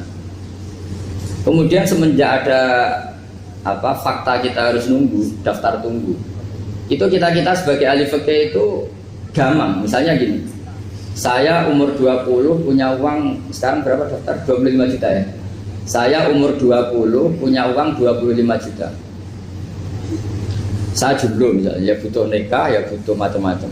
Itu wajib daftar haji apa enggak? Karena kalaupun daftar nunggu 20 tahun. Nah sekarang kalau ada orang umur 50 tahun punya uang 25 juta, menurut Anda wajib daftar saat itu apa enggak? Wong daftar saja bisa game gitu. Dan kalau misalnya umur 50 ditambah 25 kan 75. Itu kalau orang sumpah sudah cepat mati itu. Maka itu menjadi pertanyaan, apakah fikih ini kita rubah? Karena dulu kan orang itu longgar semua. Karena haji zaman Nabi pun tidak langsung dilakukan saat pertama diwajibkannya haji. Jadi Nabi punya sisi unik. Pertama ada tahun diwajibkannya haji, Nabi tidak langsung haji. Sebab itu ulama berkesimpulan kalau wajibnya haji tidak langsung. Maka fikih itu memang unik. Sholat juga gitu. Ada istilah begini dalam sholat. Watajibu sholat ala kulli muslimin wujuban muwassa'an.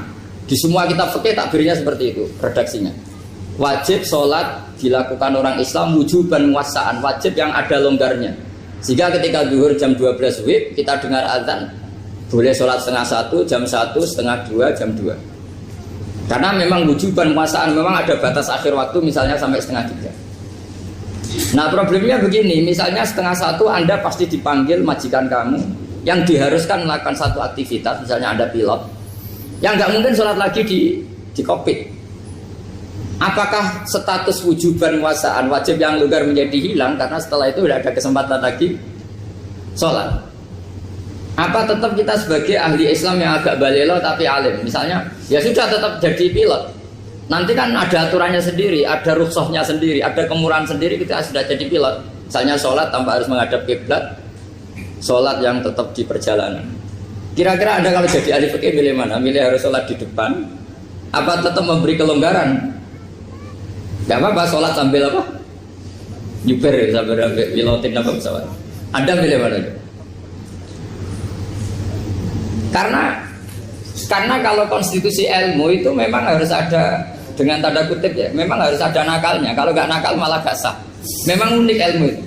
Karena ilmu itu kalau dipaksakan lurus terus, itu nanti malah bengkok karena menghilangkan rukhsahnya Allah, kemurahan Allah. Tapi kalau dipaksakan rukhsah terus, murah terus, nanti dianggap menyepelekan hukumnya Allah. Maka kita yang ahli fikih itu pusing. Misalnya saya sering ditanya, Gus saya ini supir bis, kan musafir terus, berarti saya boleh tidak puasa terus pada Ramadan? Coba kalau ada jadi ahli fikih mesti bingung. Mau boleh, ya boleh terus supaya orang tidak peduli sama Ramadan. Mau mengatakan wajib puasa, kayak nggak peduli dengan kemurahan Allah yang membolehkan musafir tidak puasa. Coba loh, Anda jangan jadi ekstremis yang misalnya bantah tok, protes tok, ini kan. Jadi memang mengkaji ilmu itu. Ya makanya dengan tanda kutip itu harus ada nakal. Tapi nakal yang baik, bukan nakal. Nakal itu kalau bahasa Jawa itu kan tidak harus dosa. Seperti anak kecil, menek-menek itu, tuh bocah kok nakal. Padahal anak kecil menek itu haram dah. Enggak kan? Malah orang tuanya yang bentak itu yang haram. Yang nakal betul ya ibunya yang bentak cerewet itu, karena ibunya orang yang sudah mukallaf, sudah tua, salah langkah yaitu bentak. Kalau anaknya naik meja itu ya sebetulnya bahasanya tidak nakal, lucu. Oh jebule pinter conggo iso munggah meja, harusnya diapresiasi. Tapi rata-rata itu semua akal mecah gelas. Coba, malah boe malah mecah tabungan. Bapaknya marah tukang nguras tabungan. Sebetulnya senakal-nakalnya anak kecil itu nakal orang tuanya, itu pasti. Karena ini sudah kena kitab, sementara anak-anak belum kena. Saya pernah punya tamu, karena di tradisi Kiai itu sering punya tamu. Bapak ibunya itu kultus sama Kiai, bentak anaknya disuruh salim sama saya. Anak kecil kan nggak mau jalan-jalan terus, marah. Tak marah orang tuanya tak marahin. Yang dosa itu kamu bentak anaknya. Kalau anak kecil itu kena diskon rufi al-qalamu an salasin. Di antara aturan Islam apa? Tidak ada keharusan bagi 3 orang. 1 anak kecil sampai balik, 2 orang tidur sampai bangun, 3 orang gila. Artinya anak kamu itu tidak kena khitab untuk sopan sama saya. Kamu yang kena khitab baru sopan sama anak-anak. Nah ini ada Jawa itu kadang keliru. Jadi orang tua itu marah-marah memaksakan anaknya sopan. Padahal Allah memberi diskon anak kecil itu belum wajib sopan. Gak apa-apa ada tamu naik-naik asal masih anak kecil. Makanya Rasulullah ketika beliau sholat sujud itu Hasan Husain itu naik. Cara Jawa Nabi itu 3 tumpahan. Semua riwayat mengatakan Nabi itu diam saja, gak berani ngangkat. Sampai sahabat itu ada yang ngomong, ini Nabi sujud lama sekali ada apa? Jadi kita punya riwayat itu ya baru kayak sahabat yang agak nakal. Semuanya itu sujud, tapi bareng di atas rata-rata ada sahabat yang belakang ngomong, siapa tuh ini sujudnya kok lama? Barokahnya itu ditemukan riwayat, oh ono putune. Karena Hasan itu naik di atas punggungnya apa? Nabi itu andaikan tidak ada yang ngomong, riwayat ini tidak ditemukan. Barokahnya ada yang melongok itu mungkin kalau sekarang mungkin semua masjid melongok karena orang sekarang jarang yang khusyuk. Kalau dulu hanya 1 yang di belakang. Setelah itu Nabi memberi penjelasan, saya tadi sebetulnya harus mengakhiri sujud saya sesuai aturan umum, tapi ada cucu saya tak biarkan sampai dia puas naik punggung saya sehingga dia turun baru saya naik. Filosofinya apa? Begini, anak kecil 1 tidak kena khitab, 2 jangan sampai sholat itu jadi problem. Kalau Nabi nyentak Hasan membentak, putu ono bae sholat kok diganggu, maka sholat menjadi trauma. Gara-gara sholat bahasa bentak saya. Lama-lama anak ini trauma dengan sholat karena dianggap problem. Makanya saya termasuk kiai nggak berpendapat anak kecil nggak boleh di masjid. Sering kan anak kecil di masjid ayat khutbah ramai. Saya termasuk setuju tetap boleh. Kalau dibentak di masjid maka dia trauma dengan masjid. Wong saya ke masjid dibentak. Lagi pula kadang-kadang orang tuh gaya-gayaan tok. Wah, rame orang khutbah rame nih. Padahal kalau nggak dirapeni anak-anak malah udah tidur. Kita kan tidak bisa menjamin kalau perilaku kita lebih baik gitu. Mendingan kan anak-anak main di masjid dibanding di karaoke kan. Jadi kan, lah ini maksudnya saya, ini fikih ya. Fikih itu wilayahnya, makanya jadi ahli fikih itu susah-susah gampang. Jenengan jangan hanya berpikir protes dengan ketentuan fikih, mengkaji yang sebanyak-banyaknya. Itu tadi. Misalnya Anda seorang supir permanen. Supir bis terutama, kalau truk kan bisa leha-leha, kalau bis kan ada deadline-nya ya waktu. Seperti bis jurusan Surabaya Semarang, saya kan sering naik bis jurusan Surabaya Semarang. Kadang-kadang supirnya melihat saya tanya, "Gus, saya ini supir. Saya ini Ramadan itu gimana ya?" Ya saya sudah ngerti setengah nakal, dan senengnya dijawab rasa poso ya saya tahu. Tapi masalahnya secara fikih kalau kamu melanggar, kamu harus puasa terus. Kamu melanggar konstitusi ilmu. Memang musafir punya diskon? Boleh? Tidak puasa. Pertanyaannya, bayarnya kapan? Wong Syawal ya nyupir lagi, Dzulqa'dah nyupir lagi, nanti sampai Ramadan ya. Nah terus, ya pas kamu cuti, biasanya cutinya pas sakit, boleh diskon lagi karena sakit. Coba. Nggak, andai kan ada jadi ahli fikih milik zaman. Lo kalau orangnya soleh terus kayak ustadz di sini kayak dosen UI kan, masa dosen UI Universitas Islam nggak Islami kan nggak mungkin. Mungkin memilih poso kan. Masalahnya ini kan hukum untuk orang kebanyakan, nggak boleh hukum musuh gak kuat. Sahur jam 3:30 ngombe vitamin pokoknya harus kuat. Itu udah hukum, itu saran. Hukum itu beda dengan saran. Hukum itu hanya berbicara musafir itu boleh store. Kalau saran memang boleh, ya usahakan kamu makan 3:30 pas fit, nyumpir. Terus kalau nyumpir selesai jam 10, nanti istirahat. Memangnya majikan bisa ngatur jamnya? Itu fikih. Maka menjadi perdebatan, yang namanya pergi itu apa? Menurut Imam Syafi'i, pergi itu ya dari rumahnya ke tempat yang asing, yang tidak wilayahnya, namanya pergi. Menurut Imam Ahmad bin Hanbal enggak. Pergi itu tidak kerja. Jadi orang yang supir yang seperti itu namanya tidak pergi, tapi kerja. Tanyakan ke publik, misalnya jenengan ke UI, istri kamu atau suami kamu ditanya, istri kamu kemana? Kira-kira jawabnya bilang pergi jalan-jalan apa bilang kerja? Kerja. Makanya kata Imam Ahmad bin Hanbal, mudi musafar atau orang yang berprofesi, yang profesinya memang harus pergi, kayak traveling atau supir, maka itu namanya tidak pergi, namanya itu kerja. Karena apa? Sekali distatuskan pergi, maka ikut status yang dikatakan Allah dan Rasul, dapat diskon, boleh tidak puasa. Maka terus kita debat tentang definisi.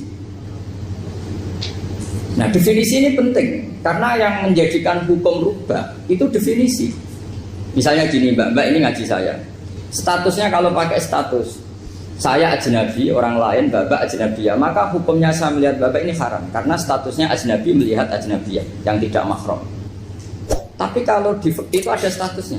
Antara lelaki boleh muwajahah sama perempuan adalah 1 untuk belajar, 2 untuk muamalah, 3 untuk kesaksian, 4 untuk pengobatan. Itu kan ada pengecualian-pengecualian. Sehingga statusnya sekarang Mbak itu belajar, apa ini melihat Gus Bah atau Gus Bah itu mengajar atau gimana? Itu statusnya bisa rubah. Makanya kalau sebetulnya kalau kita marung di warung misalnya Padang, kita nggak pilah-pilah, kebetulan pelayannya perempuan itu masih bisa dikilah secara fikih. Saya muamalah marung, cuma kebetulan penjaganya. Tapi masalahnya Papa ini punya daftar penjaga yang cantik, yang masalah. Maka pertanyaannya itu marung ke situ demi marung, apa demi melihat? Tidak jawab saja. Demi marung apa demi melihat? Kalau demi marung sepakatnya penjaga yang sangar-sangar juga banyak. Akhirnya kalau demi makan, penjaga yang cowok kan banyak. Kalau demi melihat, berarti yang dihitung kan niatnya. Berarti karena muamalah apa karena melihat? Melihat. Itu status. Jadi makanya kalau mudi musafar itu namanya orang pergi atau orang kerja? Orang kerja. Maka menurut pikirannya Imam Ahmad bin Hanbal seperti itu harus puasa. Karena dia adalah pekerja, bukan musafir. Lalu dalam masalah jumlah 3 hari misalnya. Kalau dalam fikih kita, nggak saya kenapa ngomong fikih terus ya, karena banyak yang melupakan fikih. Jenengan pergi haji. Zaman Nabi haji itu jamak dan qashar terus. Padahal hajinya Nabi itu, haji itu minimal kan berapa hari minimal itu? 9, 10, 11, 12. Sebenarnya haji itu minimal hanya 4 hari. Karena 13 Dzulhijjah bisa nafar apa?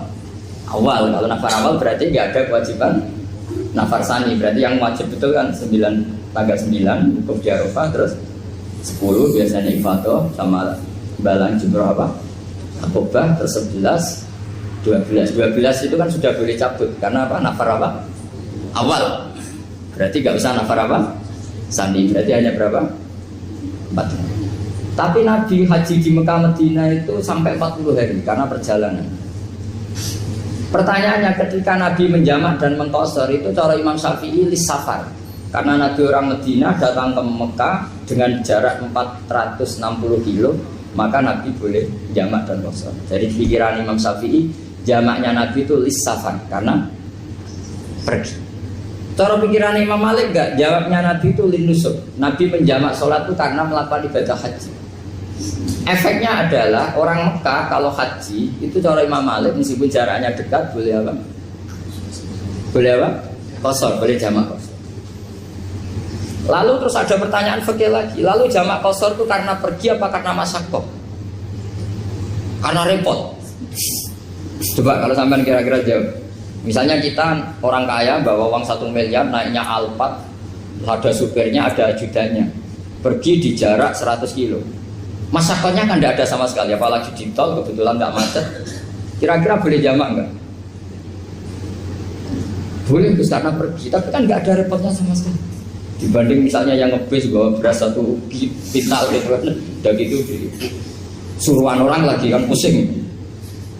Maka fikih ini untuk memberi hukum itu, kalau fikih itu menstatuskan dulu. Ini orang boleh jamak itu karena masyaqqah apa karena safar. Lalu kalau setelah karena safar itu karena jaraknya apa tingkat masyaqqahnya. Kalau karena jaraknya ya tidak juga. Tidak juga gini maksudnya. Mungkin Anda tidak pernah terpikir begini. Kalau saya mau ke Jakarta, kemudian sampai Purworejo itu sudah waktu zuhur. Saya boleh nggak zuhur di situ sama asar? Boleh kan? Padahal perjalanan saya belum capek. Artinya nunggu boleh jamak itu setelah kita menempuh jarak itu apa menuju, sedang menuju dan niat. Sedang menuju dan niat. Misalnya saya mau ke Jakarta, saya orang Sleman mau ke Jakarta, itu sampai mana itu Magelang itu sudah boleh jamak kan? Boleh nggak? Boleh karena saya mau ke. Nah pertanyaan secara fikih mungkin Anda tidak terlintas. Ternyata ditelepon sama istrinya nggak jadi pergi. Padahal sholatnya kadung di jamak duhur dan asar. Apakah setelah di rumah sholat lagi? Tapi nggak pernah mikir gitu. Jadi orang fikih itu sudah pusing, makanya jangan diprotes terus. Kita ini sudah pusing, tapi orang itu enak aja protes terus. Nggak menurut jenengan nanti wajib sholat lagi enggak? Dia bolehnya jamak kan berdasar berstatus musafir. Ternyata setelah Magelang ditelepon istrinya nggak jadi. Dia kadang sholat duhur dan asar. Setelah pulang masih jam 1. Terus ada asar, wah bukan sholat terus. Kalau ada sholat lagi apa ada? Jangan saran. Kalau saran, wah sebaiknya sholat lagi. Itu tidak hukum, itu saran itu namanya. Saran dengan hukum beda. Sholat lagi pada. Loh, ketika ada jaga itu berdasar malas atau berdasar hukum? Apa? Nah kalau Anda sholat lagi, pertanyaannya gini, Allah itu tidak punya tradisi mewajibkan 2 kali. Pertanyaan fikihnya mesti gitu. Dan saat Anda di Magelang menjamak itu melakukan sesuatu yang disahkan oleh agama. Berarti pas Anda jamak duhur asar, sesuatu pas melakukan itu kan berstatus sah dan boleh. Meskipun setelah itu ada masalah, istri kamu nelpon terus pulang. Tapi pas itu kan sudah dinyatakan oleh malaikat sah, Anda sudah duhur dan asar. Kalau melihat itu tidak wajib mengulang. Tapi bisa saja malaikat ada yang usil. Itu sah karena Anda berstatus musafir. Berhubung status Anda hilang, maka poin Anda sudah sholat juga hilang. Kamu milih fikih yang mana? Jadi peneliti fikih itu beda dengan orang-orang yang dengarin protes. Beda karena nengkuni.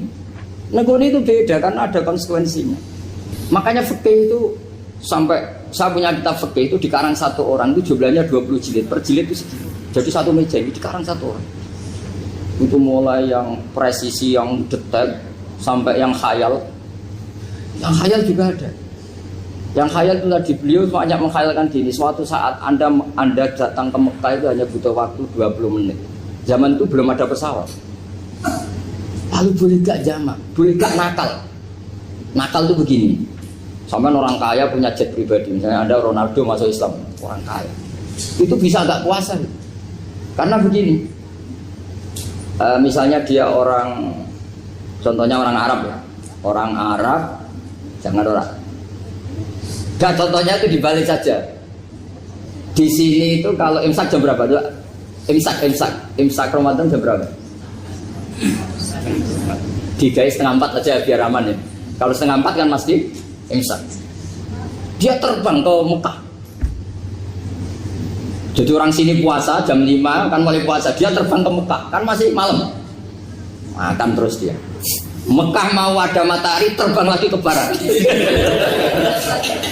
Karena dia menghindari berstatus puasa. Atau sebaliknya dia orang Mekah jam 12 puasa, 12 siang puasa. Dia wah kalau 6 jam lagi buka bisa barangnya saya terbang ke Indonesia. Ke Indonesia terbang baru 1 jam di sini sudah buka. Itu khayal. Jadi itu ada khayalnya. Itu lama dulu sebelum ada pesawat sudah mengkhayal gitu. Bolehkah orang yang di Masyrik ke Maghrib demi itu? Kalau Anda jadi Raja Salman jam 1 kok sudah nggak kuat apa? Puasa itu diberi saran terbang ke Indonesia. Itu kalau pakai jet kan nggak sampai 9 jam, 1 jam ke Jakarta. Sudah ada wow akbar. Bukan. Boleh enggak? Lo mau kamu enggak bilang, oh enggak boleh. Wong di Jakarta sudah huru samsi. Masa sudah matahari terbenam orangnya enggak boleh? Bukan. Leja. Apa? Kalau resikonya gini, sampean mungkin nggak mikir. Resikonya gini, kalau dia berstatus musafir, bolehnya buka karena musafir. Pertanyaannya dia wajib bayar. Kan musafir bolehnya kodok nanti harus bayar. Tapi kalau dia buka normal kan bayar. Beda efek pakainya beda. Sampean jangan protes, Gus Baik gimana mau ngaji malah dijak senam. Ini kan ngajinya para dosen, para pegawai. Jadi harusnya itu jadi mufti, ngaji untuk jadi mufti. Bukan ngaji untuk mendengarkan. Jadi makanya saya mohon jangan sering protes sama ulama. Ulama itu sudah pusing. Karena efek-efek hukum itu tidak gampang. Kayak tadi misalnya kalau dia boleh buka atas nama musafir, resikonya wajib bayar. Masalahnya Raja Salman ini mau enggak gitu. Mau dia inginnya. Maka pertanyaannya itu kitab yang milik saya tadi yang 20 jilid tadi. Ulama itu mulai dulu sudah membayangkan bagaimana kalau suatu saat ada satu kendaraan. Kenapa ulama bisa membayangkan itu? Karena ada buruk. Meskipun mereka nggak numpak buruk hanya Rasulullah, tapi kan bisa membayangkan ada toyul waktu. Waktu itu bisa dilipat. Karena ulama dulu ahli astronomi, jadi bumi itu bulatnya gini, muternya gini. Berarti suatu saat ada satu ilmu di mana orang ambil satu posisi terus melewati toyul waktu, ngalami lintasan waktu. Mulai dulu itu sudah dibicarakan. Pertanyaannya lalu status orang ini kayak apa? Misalnya tadi orang Mekah ingin cepat buka terbang ke Indonesia. Orang Indonesia menghindari imsak, misalnya 3:30, dia belum sahur. Wah kalau saya di Indonesia ini sifatnya sahur. Wah saya tak terbang ke Mekah. Enak kan terbang di Mekah ternyata masih jam 8. Wah bisa makan sepuasnya jam 8 malam artinya jam 20. Kan enak ya. Bar wareg balik ke Indonesia wis jam 1 siang. Jam 1 siang kalau ini cepat buka terbang ke timur. Langsung buka. Berarti dia kira-kira puasa aja 3 jam. Tapi terus ya mungkin kalau sampean tahu kok sudah repot-repot ngono tinggal turu ndelok sinetron kok buka dhewe. Itu tidak hukum, saran itu namanya apa? Kalau hukum tetap tadi yang dikatakan puasa adalah imsak mulai jam imsak sampai hurubus. Lalu pertanyaannya lagi, hurubus samsi sampai imsak itu konversi jam apa nyata-nyata hurubus samsi? Kalau yang diliwati khatul istiwa itu nyata, fi'lan. Kalau dalam bahasa Arab fi'lan awaqiyah. Tapi kalau Anda orang kutub, saya sering kirim-kiriman surat sama mufti-mufti yang ada di Timur Tengah, di Eropa, konsultasi maksudnya. Orang kutub itu kan tidak ada matahari, tidak ada apa-apa. Jika kalau Anda baca kitab di kutub, mesti Gus Bak ada pembohong. Misalnya orang kutub ngaji saya, kamu harus subuh sebelum matahari terbit. Sekali matahari terbit, waktunya hilang. Duhur setelah matahari agak ke barat. Asar kalau matahari terbenam, hilang waktunya. Terus mereka mesti bilang, mataharinya di mana? Maka pertanyaannya, boleh gak mengkonversi waktu untuk orang kutub? Jadi misalnya pola umum subuh jam 4:30. Berarti antara subuh dan qadha itu 1 jam setengah. Subuh sama zuhur polanya berapa berarti? Kalau 4:30 sampai jam 12 ini 6 sama 7,5. Berarti ya kira-kira habis subuh nunggu 7 jam setengah baru zuhur, nunggu 3 jam baru asar, nunggu 3 jam baru maghrib. Berarti waktu puasa kira-kira antara jam 4 sampai jam 6. Berarti berapa jam itu? 12 sama 2 14 jam. Oke, berarti orang kutub harus puasa 14 jam. Tidak bergantung waktu mata. Tapi ada lagi pertanyaan lucunya gini, lalu 14 jam Gus itu dimulai dari mana? Apa asal 14 jam? Apa harus ada konsensus setarnya? Masih ada PR lagi. Menurut kamu gimana? Ada konsensus setarnya dimulai jam 4 dini hari. Apa asal jumlahnya? Imsak 14 jam. Mikir lagi kan? Itu di Denmark itu ada satu musim di mana siang terus sampai sekian bulan. Siang terus sampai orang sana itu capek. Kenapa ada siang terus? Logikanya kan tadi bumi itu bulat-bulat. Saya juga belajar falak astronomi. Kalau tepaan kamu di sisi yang barat agak utara atau agak selatan, matahari ini nyentrong terus. Sehingga bumi mulak-malik ya kamu kesentrong terus karena kita ini kan tepaan di katulis istiwa, di khotul istiwa. Sebenarnya khotul istiwa itu bahasa Arab dari kata khotul istiwa. Khotun itu garis, istiwa itu tengah. Islam itu oleh Allah memang dipilih di tempat paling top yaitu Mekah. Mekah Ka'bah itu surratul ardi. Jadi sebelum ditemukan ilmu astronomi itu Nabi sudah ngendikan Al-Ka'bah surratul ardi. Ka'bah itu pusarnya bumi. Sehingga di Ka'bah itu satu-satunya area yang terbebas dari medan magnetis. Karena dari utara dan selatan benar-benar di tengah. Maka potensi jam paling akurat di dunia itu ya hanya jam yang di Mekah itu. Karena apapun akuratnya teknologi di Amerika atau Jerman, karena jam itu dari logam tetap ketarik medan magnetis, entah berapa 00, tetap kena. Misalnya jam di Jerman lebih dekat mana kalau Jerman? Mesti ketarik medan magnetis, entah berapa kadarnya. Karena materi jam dari logam. Sementara di Mekah karena di tengah itu terbebas dari medan Nah sehingga yang segaris dengan Mekah kayak Indonesia itu semuanya khotul istiwa. Nah kalau khotul istiwa normal itu artinya ya 12 siang secara umum ya 12. Sehingga ulama Indonesia kalau ngaji itu lebih gampang, lebih tidak dianggap bohong. Karena ya ada terbitnya matahari, ada zawalus syamsi, ada hurubus syamsi. Coba kalau kitab itu Anda baca di kutub utara sama kutub selatan, murid kamu bingung semua. Ini gimana Ustadz, tidak ada matahari kok semuanya diukur pakai matahari. Lalu pertanyaannya dikonversi kan? Pertanyaannya kalau dikonversi pakai apa? Asal 14 jam, apa harus sepakat dimulai jam berapa? Milih mana? Milih sepakat.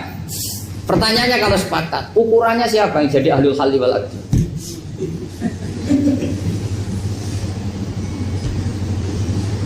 Jadi orang fikih itu sudah bingung, makanya saya mohon jangan sering diprotes. Saya pernah ketemu ulama, saya kan sering ikut komunitas di New York. Itu andaikan dibur, itu pas persis Ka'bah. Jadi buminya itu kalau dibur itu pas persis Ka'bah. Lalu pertanyaannya, ada kiblat tidak di sana? Ya bumi kan gini ya. Kalau dalam bahasa falak itu ada rubuk namanya. Rubuk itu bumi yang sewaktu itu hanya yang 1/4. Ya bumi yang sewaktu itu hanya 1/4. Jadi kita sekarang siang, berarti yang baru siang hanya 1/4 bumi. Nanti yang malam ya hanya seperempat bumi. Ya iya, misalnya sekarang kita di sini siang, di Arab Saudi kan belum, ini masih 5:30. Ini sekarang di Arab Saudi baru setengah.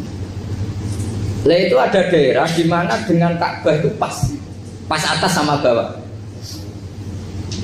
Harusnya kan bebas arah. Apa? Bebas arah. Lalu orang sana sholatnya itu menghadap kemana? Pernah ulama New York itu minta fatwa ke Rabitatul Alam Al-Islami. Lalu kita harus menghadap kemana? Makanya dalam dunia anekdot ulama itu ada anekdot Abu Nawas itu orang yang nggak pernah kalah debat. Dia itu terkenal nggak pernah kalah debat. Tapi dia ada ilmuwan. Dia punya tetangga ilmuwan, punya pengaruh besar. Semua orang ngaji ke ilmuwan itu. Mantelnya bukan main, karena dia ahli falak, ahli astronomi. Mau nandingi dia tidak bisa, gak nandingi itu reputasinya jatuh. Orang itu berteori kalau bumi itu bulat-bulat. Kalau kamu jalan ke sini, maka akan ke titik yang suatu saat si profesor ini kemalingan, terus minta tolong Abu Nawas rumah saya kemalingan. Terus lari kemana malingnya? Ke timur. Setelah ke timur, larinya ke timur. Abu Nawas lari ke barat. Terus ditanya, sudah tak bilangin malingnya lari ke timur, kok kamu lari ke barat? Nanti ketemu di titik yang sama. Sebenarnya itu profesornya mangkel. Oh kamu nyindir loh. Artinya Abu Nawas gak terima. Teori Anda itu gak bisa. Secara keilmuan benar, tapi secara faktual gak boleh. Berarti kalau ada orang ngejar istrinya lari ke timur, dia harus tetap ke barat. Nanti ketemu di titik yang sama. Jadi malingnya tuh lari ke timur, Abu Nawas ngejar ke barat. Ketika ditanya profesornya, sudah bilangin malingnya tuh lari ke timur, kenapa ada ke barat? Kataan kan nanti ketemu di titik yang sama karena bumi bulat. Nah pertanyaannya gini, lalu kalau yang segaris itu ada arah enggak? Kayak New York tadi. Menurut kamu tetap berkiblat apa enggak usah? Loh kalau yang rubuk jelas. Loh gitu, kalau rubuk begini loh, misalnya begini, terus kamu di sini sama sini kan masih ada arah, tapi kalau sini sama sini masih bisa kiblat. Sama enggak usah protes, orang fikih sudah pusing, enggak usah diprotes. Karena yang dipikir itu macam-macam. Nah ya makanya ini mengkaji ya, saya mohon ya kayak tadi ini mengkaji, saya mohon saya cukupkan sekian. Sementing apa ya, kita ada respeknya lah sama ulama. Jadi ulama itu susah, mikirnya susah, harus tanggung jawab di depan Allah, di dunia diprotes terus. Ini mungkin yang bawa kitab ikutnya halaman 293 ya. Itu yang mungkin nanti bisa dikopi sama yang nggak punya tag. Yang nggak punya tag mengkopi sama yang punya. Di sini diantaranya itu ada bab faslun fi dzikri rajul manaqiba nafsi. Bab seseorang boleh menyebut kelebihannya sendiri, asal niatnya tidak riya. Di sini dicontohkan, tadi Bapak siapa namanya? Pak Samsul ya. Di sini diceritakan ketika mau masa paceklik, saya ulang lagi masa paceklik, itu Nabi Yusuf karena merasa amanah dan merasa punya kemampuan mengelola ketahanan pangan, beliau bilang ke rajanya, qala ij'alni ala khazainil ardi inni hafizun alim. Raja, jadikan kami pengatur ketahanan pangan karena ini hafizun alimnya dan saya terpercaya. Hanya Nabi Yusuf seorang nabi tentu panutan, beliau menonjolkan kemampuannya itu boleh asal untuk kemaslahatan. Misalnya ada orang Islam sakit atau kiai sakit, dengan dokter bilang saja, saya dokter biar saya yang nangani. Itu boleh karena motivasi Anda dalam menyelamatkan Pak Kiai tadi atau orang yang sakit, bukan motivasi Anda adalah hadun nafsi, sebenarnya kalau dalam bahasa keinginan apa? Pribadi. Jadi itu boleh. Jadi ini di beberapa contohkan, ya ayuhanna su'alimna mantiqat thairi wa utina min kulli syai'. Nabi Sulaiman itu bilang gini, wahai para manusia, saya ini bisa bahasa burung apa saja dan saya bisa melakukan apa saja, wa utina min kulli syai'. Nabi Sulaiman ngendikan begitu karena ingin menunjukkan betapa sayangnya Allah ke saya. Sampai saking sayangnya Allah, saya bisa menguasai bahasa burung, bahasa binatang. Jadi motivasi seorang Nabi itu ingin menunjukkan betapa kudrohnya Allah tidak terbatas. Nah buktinya apa? Ya buktinya Sulaiman, sama tak cerita Nabi Sulaiman itu kalau ke masjid itu mesti jagungan sama orang miskin. Terus beliau bilang gini, miskinun yujalisu miskina, ayo podo kerene jagongan. Karena beliau dengan kenabiannya meskipun kaya raya itu tidak merasa punya sama sekali karena semuanya milik Allah Subhanahu wa Ta'ala. Dan beliau buktikan, beliau kaya raya itu untuk bangun Baitul Maqdis yang semegah itu semuanya pakai asetnya Nabi Sulaiman. Ketika bisa memperkerjakan jin dan setan juga untuk bangun Baitul Maqdis, bukan untuk bangun dirinya, rumah dirinya. Ya ini dicontohkan satu Nabi Sulaiman, dua Nabi Yusuf. Terus ketiga contoh yang diambil, setiap nabi ketika pidato kepada umatnya mesti ditutup dengan wa analakum nasihun amin. Saya ini adalah penasehat yang terpercaya. Jadi ajaran saya bukan ingin menyengsarakan kamu, tapi wa analakum nasihun amin. Saya adalah penasehat yang baik. Artinya kan menonjolkan diri. Jadi boleh asal itu untuk kemaslahat. Jadi misalnya UI punya penemuan apa yang keren, yang maslahat orang Islam diumumkan. Bah, ini penemuan UI. Tapi tujuan Anda supaya mengangkat harkat martabat UI. Bukan setelah itu terus kirim surat ke rektor, saya harus tambahan gaji karena saya penemunya. Wah itu sudah gak bisa jadi wali kalau gitu tidak. Tapi nanti rektornya yang ya gak tahu diri gitu. Masa penemu sama gak penemu disamakan ini. Misalnya seperti itu. Jadi di sini ada sekian contoh, mungkin bisa diakses di halaman 293. Di bab faslun fi dzikri rajuli manaqiba nafsi. Terus kalau contoh hadis Nabi sering ngendikan begini. Ana sayyidu waladi Adam wa ana awwalu syafi'in. Dan saya adalah nabi pertama yang punya hak syafaat. Tapi Nabi ngendikan seperti itu supaya orang punya harapan ketika di mahsyar. Sudah kalau di mahsyar nyari saya karena saya diberi hak syafaat. Jadi asal niatnya untuk maslahat enggak apa-apa. Makanya saya sering di mana-mana sering cerita, saya ini menekuni fikih supaya orang kalau belajar fikih jelas ke saya Pak. Kalau saya tidak ngomong, orang keliru guru. Tapi ya harus ada buktinya. Nanti ngomong ahli dok, ada ahlinya ya kacau nanti. Ya jadi boleh ya. Di sini dibabkan faslun fi dzikri rajul manaqiba nafsi. Bab seseorang boleh menunjukkan kemampuannya asal tadi untuk lil maslahah. Sudah Pak Samsul ya? Tadi yang pertanyaan dari siapa itu? Pak Sus Budiar. Pak Sus itu gimana ini kasusnya itu orangnya sudah Islam toh? Sudah. Sudah enggak masalah. Terus Anda ke Thailand itu enggak niat menghindar toh memang saatnya harus ke Thailand. Hanya menyesal. Oh, hanya menyesal bagus, tak punya penyesalan. Enggak begini ya, kalau orang itu sudah Islam itu kan enggak se-emergensi yang belum Islam.